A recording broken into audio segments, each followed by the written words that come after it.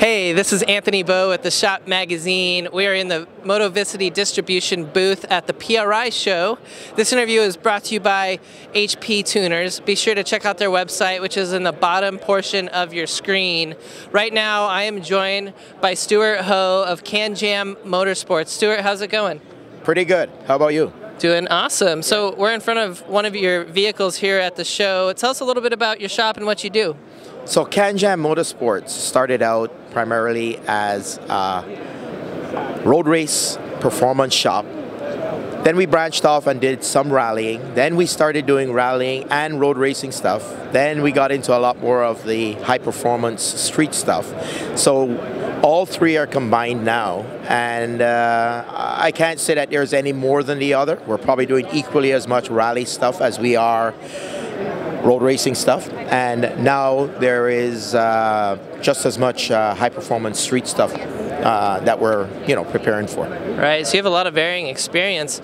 Tell me a little bit about doing business in Toronto. What's the car culture like there right now?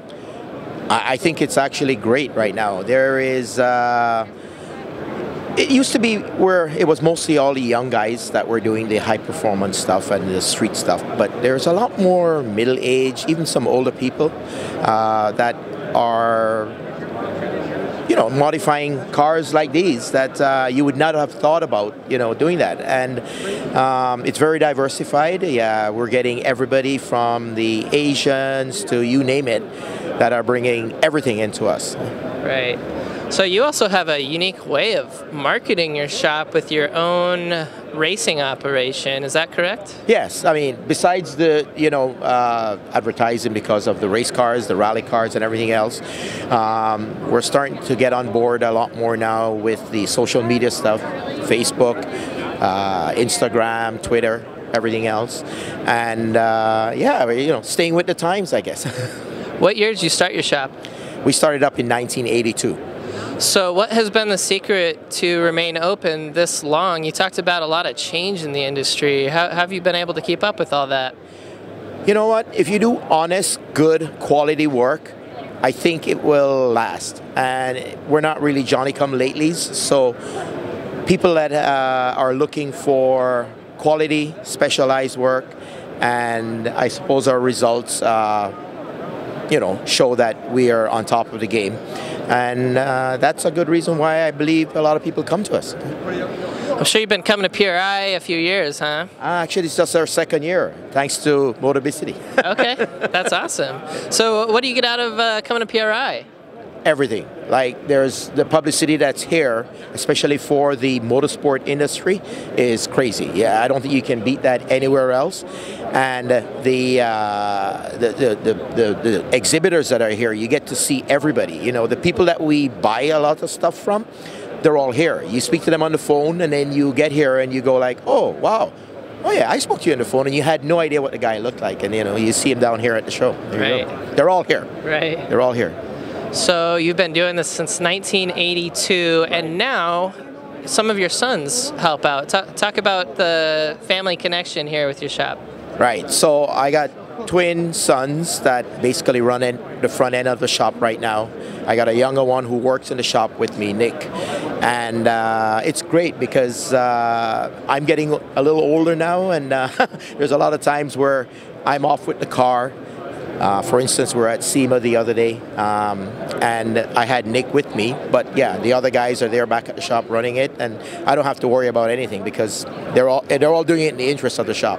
That's great. Yeah. So walking around here this week, are there any particular trends that you've spotted that you feel are interesting? Yeah, the manufacturing side of it. They have all the manufacturers here with all the equipment.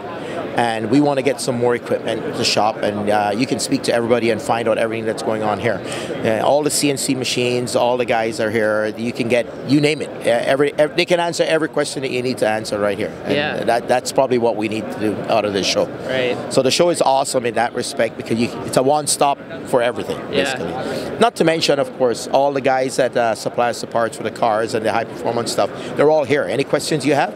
go speak to them. Yeah.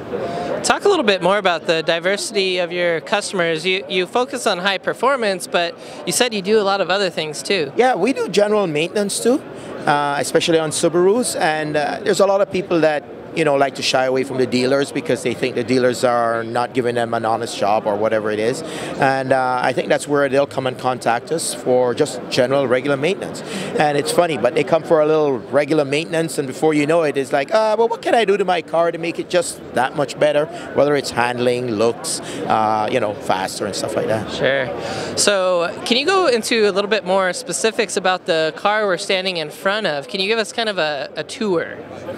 Okay, so this car was built back in 2007. It was primarily built for touring car. That touring car series had some limitations as to what you could do with the car. Eventually, it started competing in some GT races, which changed the level of modifications that were allowed. You could do a lot more. And now it's primarily a time attack car, which is almost like you can do almost anything to the car. So sky's the limit, and it gives you a chance to explore more. You can do crazy things that you wouldn't have been able to do back then when you were running it in touring car and stuff. So right now, the car has evolved into one of the fastest Subarus in North America. We hold a few records at some of the tracks, and looking forward to probably trying to go set some more. Nice. Well, good luck with that.